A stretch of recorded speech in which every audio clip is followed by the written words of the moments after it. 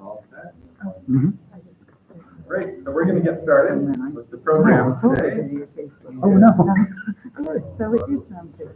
So my name is Devin Coleman. I'm the state architectural historian at the Vermont Division for Historic Preservation. We're a state agency, and we deal with lots of historic buildings and sites, archaeological sites, and of course covered bridges. And so it's nice to be here to talk about Nichols Towers. A disclaimer, if you're hoping for a bridge-by-bridge survey of Powers' career, that's in the book. So what I want to talk about is really Nichols Powers as a person, as a bridge builder, and what the life of a bridge builder was like in the 19th century. And certainly, you know, his bridges have been documented extensively, so there's a lot of information about that already out there. And opening with this great daguerreotype showing Powers. This is owned by Vermont Historical Society. You know, the actual picture is probably only about that big, but it's really striking. And he's holding the carpenter's gauge to measure angles. And look at that hand. That's the hand of a bridge builder. Those fingers like bratwurst. I mean, they're just, that is a beefy, you know, he is a builder. So my first introduction to Powers was as a mill builder, not a bridge builder. And in 2006, fresh out of graduate school at UVM, I was hired by the owner of this property, the Kingsley Grist Mill in Clarendon, to write the National Register of Historic Places nomination. And it was built by Nichols Powers. And so my first introduction was really Nichols Powers, the builder, not a bridge builder, right on the banks of the Cold River, beautiful site. And this picture is actually taken from a covered bridge that's right adjacent to the property, built in 1870 by Timothy Horton. And there's a picture looking from the mill up at the bridge. And then an interior view, the town lattice truss. It's the only remaining covered bridge in the town of Clarendon. The Kingsley Grist Mill, shown here, Nichols Towers built it in the early 1880s, and also an adjacent building, a storage shed. The mill is 3.5 stories tall, with a vertical tub wheel turbine in the basement that powered the milling machinery. Those of you who have been there, you might have seen the historic site marker that's up near the covered bridge. And it notes that the Kingsley Grist Mill is the last of at least a dozen mills that used to line the banks of the Cold River. And all the others were destroyed by floods, but not this one, not the one that Powers built. And it survived Tropical Storm Irene. I was able to visit the mill about 2 weeks after Irene hit, and I really expected that the mill would be gone. The Cold River was so inundated, I thought there's no way the Kingsley Grist Mill survived. But it did, despite having all the lower walls blown out by the river. This is an interior view. The river flowed right through the base. Key support posts were and footings were completely washed out, but the mill stayed standing because Powers built in redundancies in the structure so that if one support gave way, that load could be picked up by adjacent supports. Really a brilliant design. And that's why this mill survived the flood of 27, Tropical Storm Irene. So it's really a testament to his engineering and building skills. The interior has been restored for living space, but they kept most of the milling equipment and machinery in place. And it's even on Airbnb. If you want to spend a night there, you can book it. It's really a fantastic place. So that was my first introduction to Powers. I finished that project and then moved on to other things. And then a couple years later, I met Nicholas Strom Olson. He was working on a grant project that we were doing through the State Preservation Office. And at some point in our conversations, he mentioned, oh, I'm the great grandson of Nicholas Powers. Have you heard of him? Yeah, the mill builder. I said, no, the bridge builder. I said, oh, okay. So he kind of tucked that back away in my head. And he also mentioned that his family still owns the property that Nicholas Powers used to live in. So I checked our historic survey and found this picture from the 1970s and a description of the Powers farmstead. And a little note that Powers was a noted bridge builder. And so I kind of tucked that away in my head also. And looking through the survey, also there's a cheese factory and this barn on the property. It looks like a nice old site, nice old historic farmstead that might be worth looking into at some point. And at some point also in my conversations with Nicholas Strom Olson, he just casually said, oh yeah, there's a lot of stuff in the attic from when Nicholas Powers lived in the house. That, if you want to get me on your case, tell me there's old stuff in your attic or basement and I'll be on you. I called or emailed Nicholas about every 6 months for several years saying, so, you gonna look in that attic? And finally, you know, his dad was ready to let someone come take a look, and the family agreed. And so 2 years ago, finally got on site and took a look in the attic of the house. But before we get to that, a little background on the Powers family. Very lengthy history in the United States, coming two brothers, Thomas and Walter Powers, so no S yet, 1650 to America from Ireland. They settled in Massachusetts. And they apparently, when they got to Massachusetts, added the S and it becomes Powers. 1733, Jeremiah Powers was born in Massachusetts, and he then married Elizabeth Cooley, whose father Benjamin Cooley owned land in Pittsburgh, Vermont. So there's the Vermont connection, going way back. One of their children, Richard Montgomery Powers, born in 1775. Richard marries Polly Carpenter, and their son was Nicholas Montgomery Powers. Interestingly, Polly's parents were Daniel Carpenter and Lucy Nichols. So, Nichols or Nicholas? Back and forth. What's his real name? A lot of the confusion comes from things like the marriage record, name of groom, Powers, clearly Nicholas, A.S. Or this is from, I think, the census, 1880 U.S. Census. Again, clearly says Nicholas, A.S. and occupation bridge builder. However, on documents that he signed in his own hand, so not somebody writing for him, this is his last will and testament. You'd think he'd sign that correctly. That's a pretty important legal document. Clearly, Nichols. So I think between that and the fact that Nichols was actually a family name on his maternal grandmother's side, there's pretty clear evidence that his given name was Nichols, not Nicholas.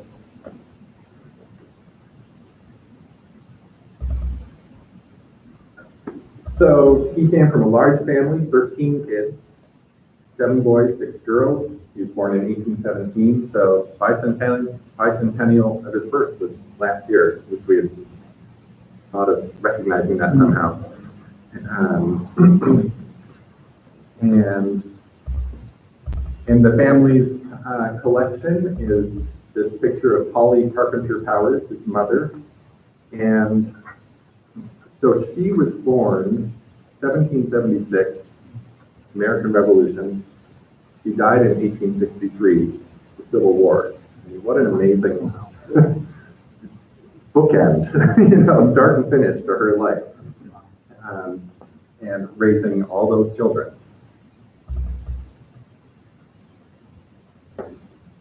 There's some interesting little tidbits. I think this is from Covered Bridge Topics. This is a postcard that was published, and it's inscribed Nicholas Towers' birthplace, Proctor, Vermont. So early on, why was somebody publishing a postcard of what's an overgrown cellar hole, promoting it as Nicholas Towers' birthplace? He was certainly known as an important bridge builder. He grew up in Pittsburgh and worked on the family farm, and received a basic formal education in primary school. In 1837, when he was 19, he built his first bridge, Town Lattice Truss over the Furnace Brook. And he apparently studied under Abraham Owen, who was another noted bridge builder in Pittsburgh, to learn the trade.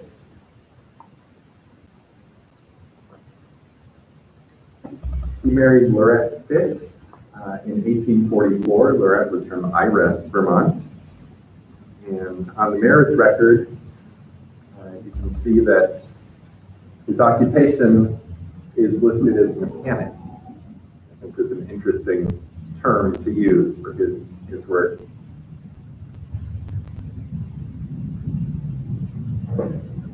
Nichols and his wife purchased this house in Clarendon in 1859.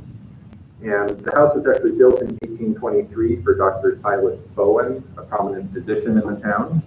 This is a very substantial house, brick, 2 stories, and it's telling that he was pretty successful in order to purchase this property. And this old map shows N.M. Powers here. I have that. Yeah, so that's the Power property. And right across the street, P.K. Horton, that's Timothy Horton, the bridge builder who did the bridge at near the Kingsley Grist Mill. So they were living very close to each other, undoubtedly, shared tips and advice and knowledge about covered bridge building.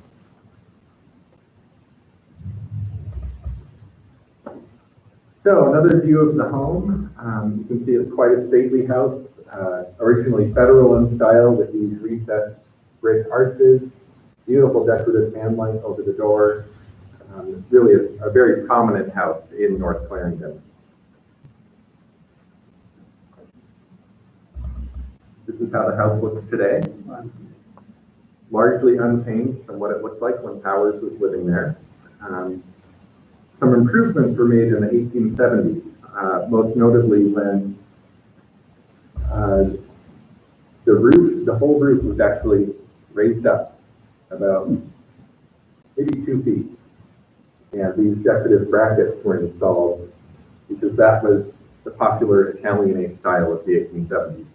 So wanted to keep up with the times. That's probably when these 2/2 windows went into place. The originals would have been 12/12 lights, probably for the federal style.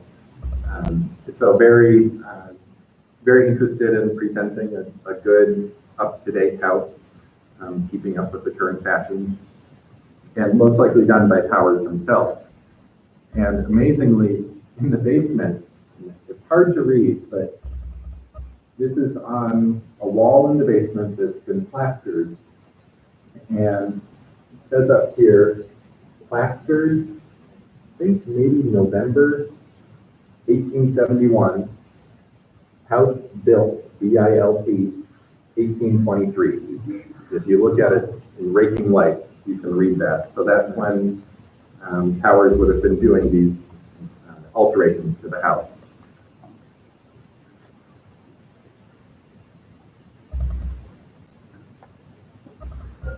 So the reason he was able to do that is he was incredibly successful. This letter, for example, is a glowing recommendation from the engineer's office for the Susquehanna Bridge project that he built in Perryville, Maryland. And I mean, it's hard to get more praise than this. You know, I know of no more reliable person anywhere than he is. Entirely trustworthy man. Employed by me, he is in charge of the project. He will never fail to perform satisfactorily anything he will undertake. So he had a really good reputation. People appreciated his knowledge and skills, and that showed in his building success. After this project, however, the Susquehanna Bridge, he really stopped taking on these major projects, bridge projects, settled in Clarendon, and focused more on building small bridges, doing bridge repairs around the state. He ran a farm, he ran a cheese factory, so a more diversified career than just focusing solely on bridges. And lucky for us, he developed a habit of tossing everything in the attic. So here's the attic, a portion of the attic.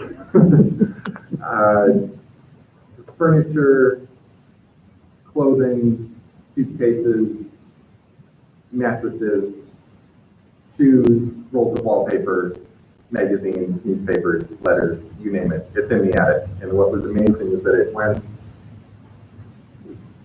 it started furthest back with Nichols Towers materials. Around the middle, it went to his son's materials. And then closest towards the front where the stairs go up were his grandkids' materials. It was like this, going back in time, the further you went. It was really great. So I dug through all this stuff. And most of what I pulled out was what we call ephemera. You know, these items that were meant for short-term use and typically discarded once their function, you know, little advertising cards that we still get in the mail. You look at it, you toss it in recycling, and it's gone. He tossed them in the attic. So these little business advertising cards from C.W. Fisher, probably Cleland Fisher, who is the son of a prominent Burlington architect, advertising iron, steel, metals, hardware in Boston, or T.W. Norton from Middletown Springs, furnishing lumber, doors, stacks, blinds, finishing stock. You know, so Towers was knowledgeable about where to get things and was really in touch with what was out there commercially. This little postcard from the Berlin Iron Bridge Company, Connecticut. They were one of the largest large-scale fabricators of metal truss bridges in New England, founded in 1868. And this is great. This little postcard is basically a fill-in-the-blank mail order for your metal truss bridge, where you can fill in, you know, please state the number of spans required, the length of each span between the abutments, the width of the roadway, the width of the sidewalk, carrying capacity. You could fill this out, and then they would put together a bridge and ship it to you. And, you know, this is 1870s. It's pretty phenomenal. And again, these little, you know, ephemeral mailings just don't survive. They disappear, but here we have a few examples. This is one of my favorite pieces. It's front, Nick Towers, Esquire, Clarendon, Vermont, and on the back, it's scrawled note, your timber is at North Clarendon Bridge. Go and use it, please. December 13th. And I think that date is interesting. It's middle of winter. And here his lumber's been delivered, and he's building bridges in the middle of the winter, which makes sense because he wasn't farming. You know, farming would be in the summer, bridge building in the winter. Probably having frozen ground would help for transporting the timbers, doing the framework. So again, just a really nice little tidbit. And that North Clarendon Bridge was destroyed in the 27 flood.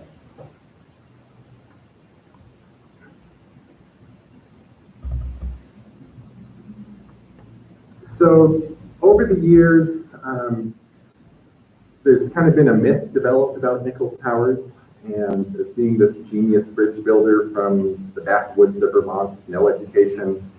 And that's been played out. This is a 1955 Vermont Life magazine article by Richard Sanders Allen, in which he says, quote, Nick wasn't much on the book learning, but he was a whiz with the practical putting together timbers. And, you know, I think there may be some truth to that, but if there's a thesis for my talk today, I would argue that he really knew, he was clued into what was going on. And he wasn't this backwoods, uneducated genius that just appeared out of nowhere. For example, among the materials in the attic are catalogs, trade catalogs that were sent to him. This one from the Universal Radio Drill Company, machine tools. He was looking at the latest modern machinery. So he wasn't just backing his barn with chisels and doing everything by hand. He was interested in the latest technology.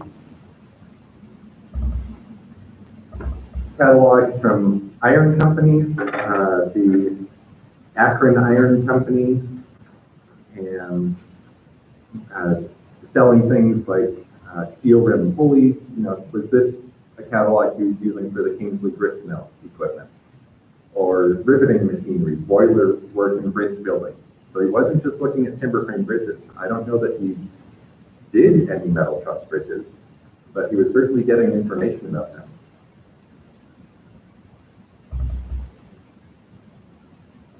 And this piece especially is another favorite. This is a broadside. It's probably about 4 feet tall, maybe 3 feet wide. For advertising, among other things, railings for buildings and wrought iron bridges, showing all these decorative metal pieces, wrought iron work that you could order and apply to your bridge. So again, this is the Industrial Revolution. If it could be made in a factory and you live near a railroad, you could get almost anything.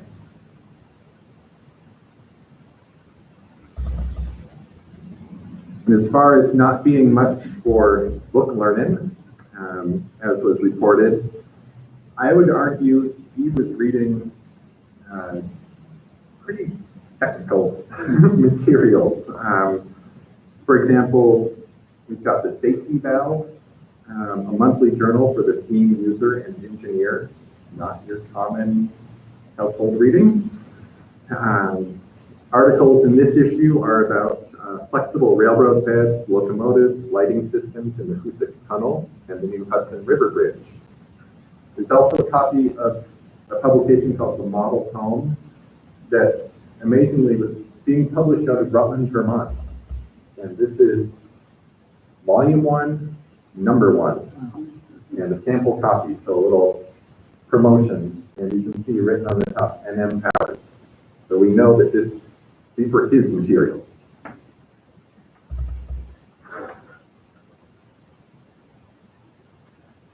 Other periodicals found in the attic: Mechanics, a weekly journal of engineering and mechanical progress, and Building, a journal of architecture. So these are what architects were looking at to see what was going on in the world of architecture, and Nicholas Powers was looking at them as well. From 1890, the Power and Transmission Journal, devoted to manufacturers, science, arts, and invention, possibly going back to the mill construction, millwork. Or this newspaper, the New England Homestead.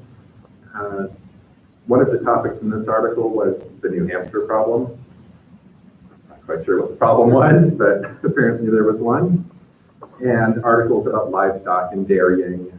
He was also running the cheese factory, so interested in that. And we know these were his because this one actually still has the mailing label glued to it. NM Powers, Clarendon, Vermont. So these were definitely his subscriptions. Other things that we found, catalogs. This is a 120-page catalog from Walker Hatch & Company, which was in Burlington, when the Pine Street area in Burlington and what's now the waterfront was all lumber yards and lumber mills. Walker Hatch & Company would send out these catalogs, and you could order all these elaborate doors and surrounds. You go through, there's balustrades and brackets, and you know, when he did the work on his house, putting Italianate brackets on it, he probably ordered those from the catalog like this.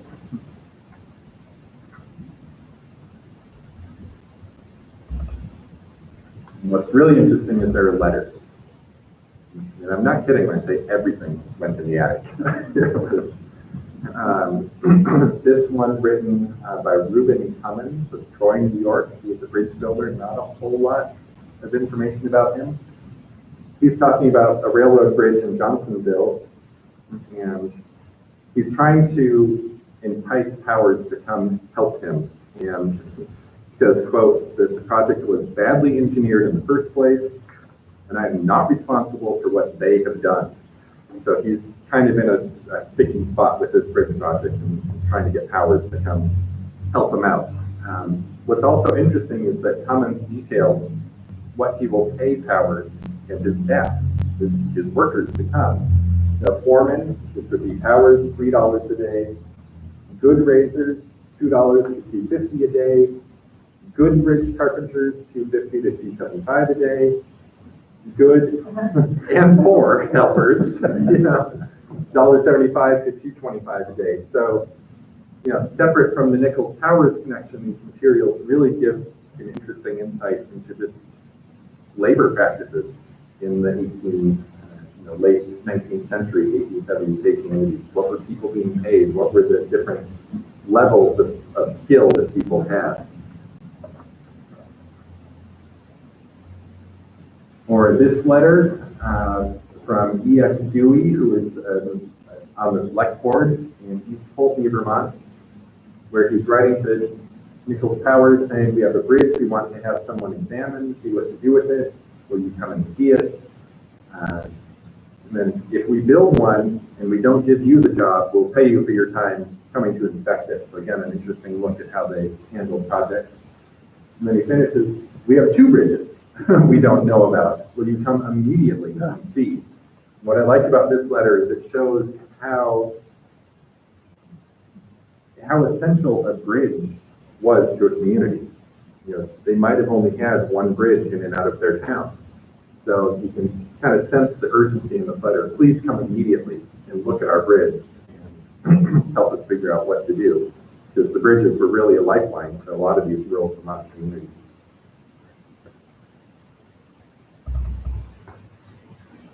Other letters, this is from G. Parker and Son Slate Company, also in Pulteney, 1883, and it's describing the price of slate loaded at their yard in Pulteney. Prices for purple slate, sea green slate are quoted. Unfortunately, I don't know what project this was for. The Brown Bridge has a slate roof, but that was built in 1880. This is 1883, so this might have been for a building project that he was working on. Or this letter from C.P. Forbes and Company, another lumber dealer of Crown Point, New York. And they're giving quotes for a common termed walnut newel, which is this piece here on a staircase, for $4. The spindles, the balusters would be 19 cents each. Then it goes on to talk about we can offer a 10-inch octagon newel paneled for $15. So 3 times the price of the basic. And what's amazing is this is the central stair in the Powers house. This is an octagon paneled newel. This is probably the piece that they're describing in the letter. So to have that connection, the actual source, and it's still there is really remarkable.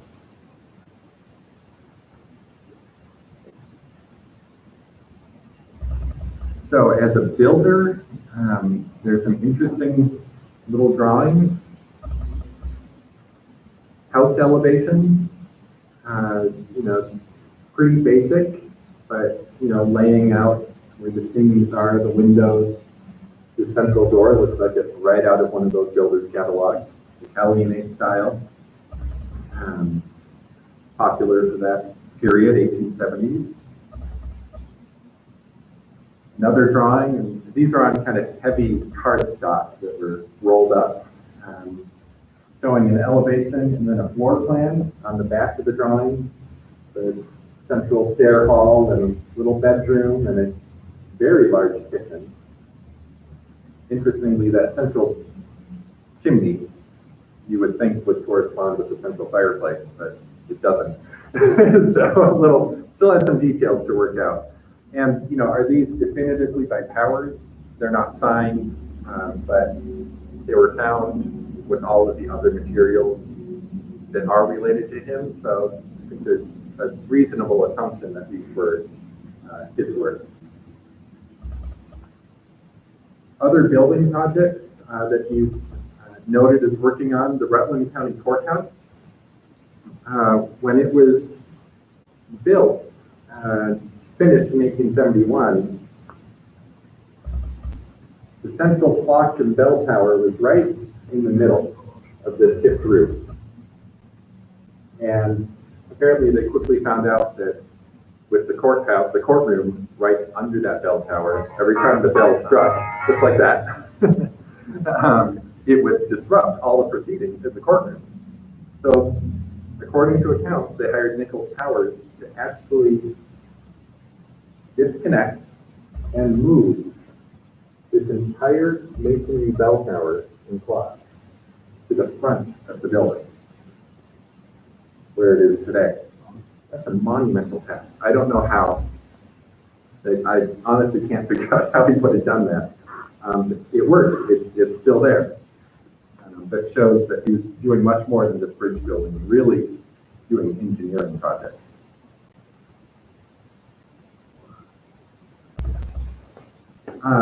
He also reportedly built some of the first marble quarry derricks in West Rutland, renowned for its marble quarries. And shown here in this painting by James Hope, who was an artist from Castleton, not far away, 1851 painting. And it shows the derrick, this tall mast with a boom here, and there's actually right down in the middle a horse connected to a long shaft that turns a vertical wheel with a rope and pulley system that would raise and lower the blocks up and out of the quarry and then swing the boom around and drop them in the yard. So he was engineering these as well in the early 1850s. Clarendon Congregational Church steeple, and this is literally, you can see this church from the front yard of his house, just down the road. And as it was built in 1824, federal style, this very kind of open bell tower and lantern on the tower. And then it was remodeled in 1881, and Nichols Powers built this tall church steeple that is there today. Other projects, he was really generous with his time, it seems like. The First Baptist Church in Wallingford ran a little notice in the local paper thanking Nichols Powers of Clarendon for donating his time to raise their new bell into their church tower. And he did that. His services were gratuitous. So just a nice thank you for him for doing that. Other projects, he oversaw the construction of a dam on the Otter Creek. So laying out the raceways, the walls. So again, more than just bridges and buildings, actually doing dams. And one of the most intriguing pieces, this letter is actually at the Vermont Historical Society. They have a small collection of Nichols Powers materials. And it's signed by 6 people, and they're all proclaiming, again, the talents of Nichols Powers. Saying, quote, he has had large experience in setting out extensive and complicated frameworks. We regard the high order of skill which he has exhibited as second to none. Now, this letter was sent to the Honorable Thomas E. Powers. I'm not sure of the relation, probably going back some connection. But Thomas Powers was the superintendent for the reconstruction of the Vermont State House, which had burned in 1857. Powers would have been 40 years old in the prime of his career, And it looks like he was hoping to take on the job of rebuilding the Vermont State House. That's what this letter is saying to Thomas Powers, recommending Nichols Powers as he's your guy to work on the State House. Unfortunately, there's no reply, and there's no record in the log books of craftsmen who did rebuild the State House indicating Nichols Powers being involved. So apparently that letter didn't work.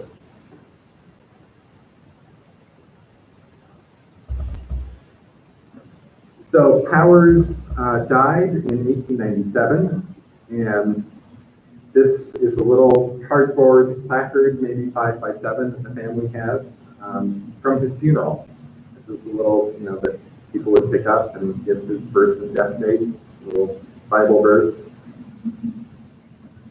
And again, on his death record, farmer and mechanic. So even though in the census he was a bridge builder, and originally he was a mechanic, when he dies, he's back to farmer and mechanic. And he died of pneumonia.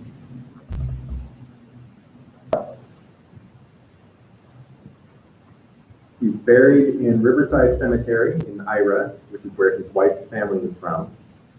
And his gravestone, and note the spelling, Nichols, M. Powers. So they got it right there, but then just to mess things up, they spell his wife's name, Loriette. It was Lorette, L-O-R-E-T-T-E. So again, spelling was not a strong suit in any of these. Makes it tough to tease out the correct information. So what was Powers' legacy? In 1931, Albany Evening News ran a lengthy article about Nichols Powers and his interview with his grandson. And that's because the North Blenheim Bridge was being considered for replacement. And there was discussion about, is it worth keeping this old wooden bridge? Should we tear it down and build a new one right there, or build one next to it? They didn't tear it down. But the article clearly notes that Nicholas Powers, builder, known as the best wooden bridge builder. So by the 1930s, he has this reputation. He was the best. In 1940, the postal cover was issued with his picture and one of his bridges, described as the famous builder of the longest single-span wooden covered bridge in the world. So again, very well known. I'm not sure why this was issued. 1940 doesn't line up with any anniversaries of his birth or construction of the bridge. I haven't quite figured out why this was produced, but again, he was regarded as the master. And speaking of the Blenheim Bridge, it is being rebuilt after being destroyed in Tropical Storm Irene, and I understand it's basically in place. Haven't been out there to see it, but in preparing for this today, I stumbled across October 3rd, next week, the PBS program Nova is doing a whole section about the reconstruction of the Blenheim Bridge. So check that out. It should be really interesting, and I'm really glad that I heard about it. The Brown Bridge, of course, in North Clarendon, was declared a National Historic Landmark 2 years ago. So there's really been a lot of interest in documenting and recording these structures. A lot of work went into rehabilitating the Brown Bridge and resulted in the National Historic Landmark designation. And part of that process of writing the National Historic Landmark designation paperwork, the National Park Service researchers were the ones who clued into the difference between when Nichols wrote his own name and when other people wrote it. So they did that initial research and came to the conclusion that it should be Nichols. So at the end of that first day that I went to the spent 2 days out at the Powers homestead. And the first time it was like mid-July, hot and humid and about 100 degrees in the attic. And we were done. We were so tired. And just kind of on a whim, I picked up this sack that is kind of a heavy cloth and dumped it out and found a couple wadded up balls of paper and could just see some drawings. Well, these look interesting. They were so dry, so crumpled, we couldn't unfold them without them falling apart. So I took them home and carefully humidified the paper, relaxed it, laid it out, pressed it, and what they are bridge plans. So this one, they're unusual. We're not quite sure what they're showing.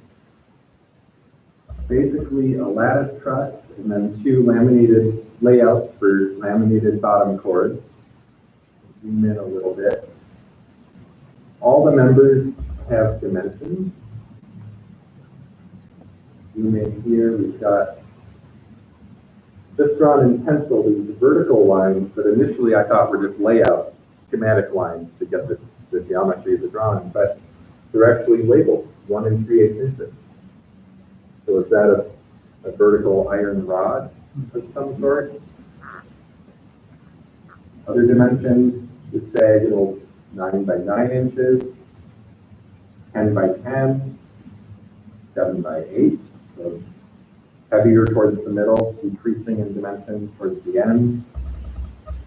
The spacing, 11 feet, 2.5 inches, 11 feet, 9 inches. So what exactly this is showing, it's not clear because if you go back to the overall view, it has this diagonal member running from the center up to the outlet. Structurally doesn't make sense. It should be going this way. So what he was trying to tease out and figure out with this plan, I'm not sure. The other one, I think, is even more intriguing. It shows a laminated wood arch springing from a masonry pier here, going all the way across, and one on the other side. And then this elaborate web of iron straps and cables. Zoom in here. This is one end of the wooden truss. The iron plate bolted through here into this span of basically a box beam underneath, supporting it under the truss. Detail of that iron plate that's holding that arch truss in place.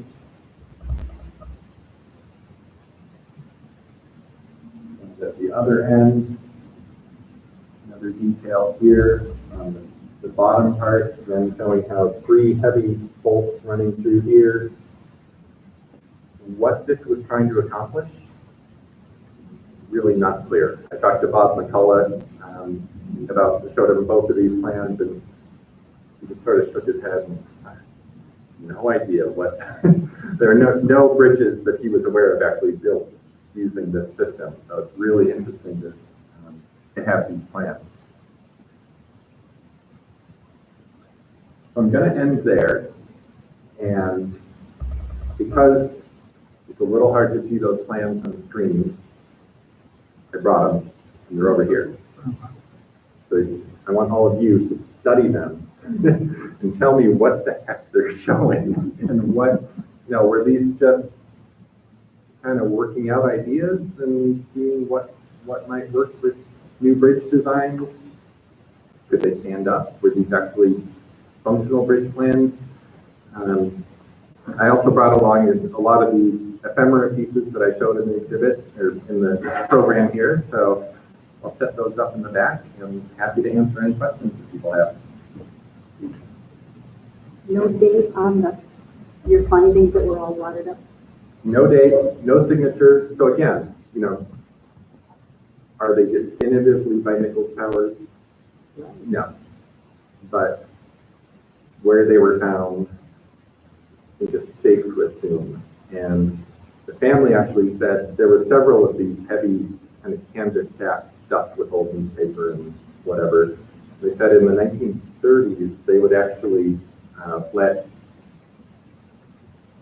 hobos, transient, people looking for work in the Depression, they would let them sleep in the attic for, 25 cents. They were right near the railroad line, and so some of those, and the family said they just stuck together mattresses with straw and paper and stuff, and I think that's what happened here. They some old paper crumpled up, shove it in.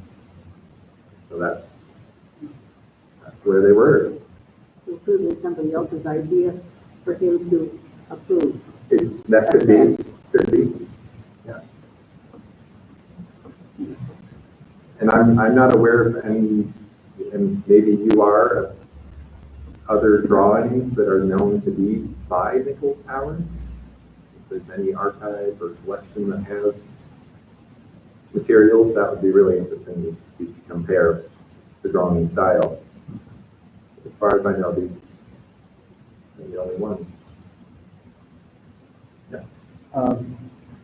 The deal that you started out with, Mhm. survived Irene and the 27 flood, you showed metal posts and all the ephemera that you'd shown throughout. An interest in steel support, was it just for the housing projects that he's involved in? So I'm wondering if he routinely used metal in the support or in the foundations, even if he was doing it in December and everything's frozen or not.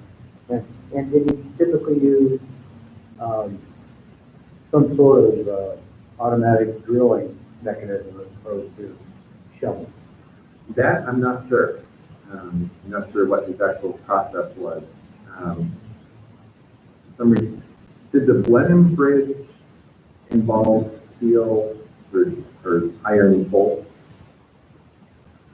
That somewhere there's documentation of an order that he made when he was building the Blenheim Bridge for hundreds of nuts and bolts for the Blenheim Bridge. So he was using metal in some way, but I'm not sure exactly how extensive it was.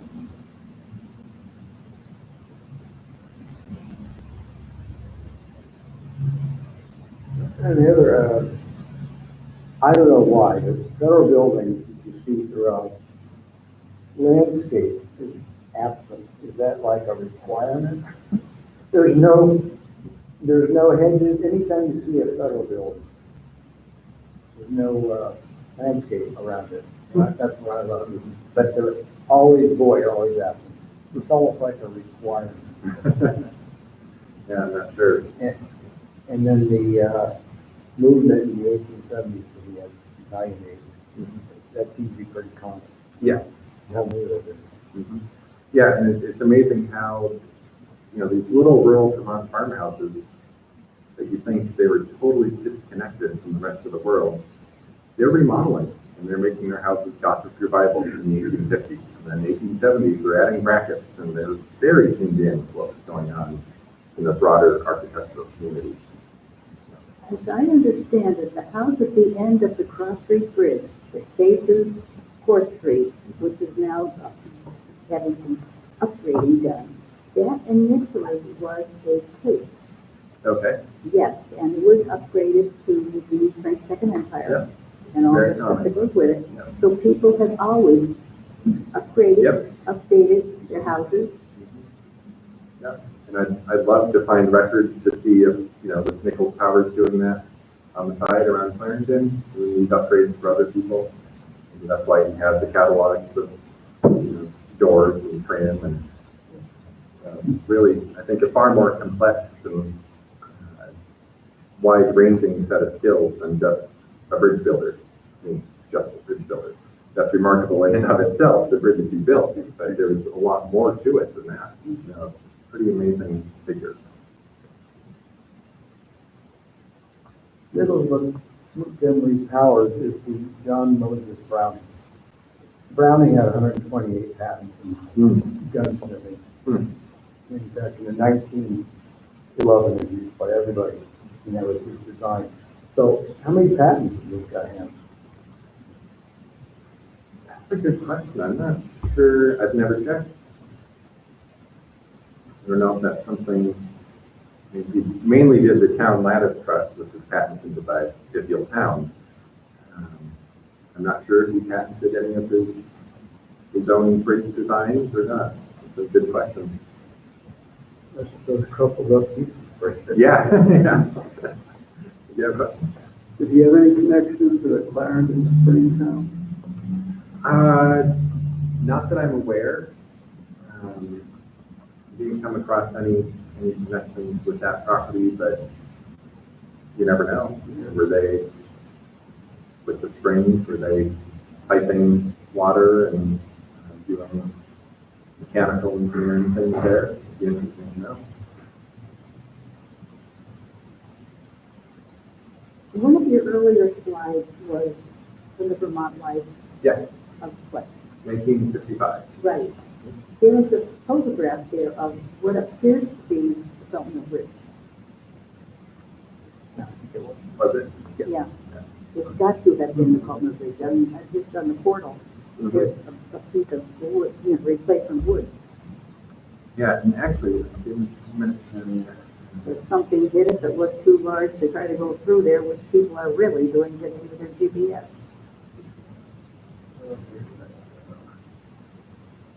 There it is. Yeah. Yeah, it's up there. yeah, the two-lane Fulton Hill Bridge. And then also this little model here. This is so little, it's probably 4 feet long. This is on display at the Pittsburgh Historical Society. And it's a beautiful display. And that was built by Nichols Towers that passed down through the Wood family, which is a branch of descendants. And it's now on display at the Historical Society in Pittsburgh. It's really a neat piece. And again, shows kind of working out these ideas he was having of how to build bridges. And, you asked about patents, and I think coming up with a new truss design, a new bridge design, that was what everyone wanted to do. You could patent it, and then people would pay you to use that design.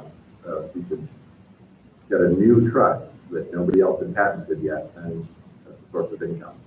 Well, that, on the prints there, said there's that one going up. If you look at that thing, there's numerous of them. I know, it's really interesting. There is some coming up this way from the middle, but then also really pretty bizarre structure he put together there. But yeah, so what was going through his head with those? So the building we're in, the tower, I don't know if there's any connection. There's like 7 concentric fire towers that are constructed all within each other to keep reliability. Yeah. And obviously, it works. I guess there's no connection. Well, I mean, the basic timber frame technologies are similar. So why don't we take a look at the plans over here? You're an engineer.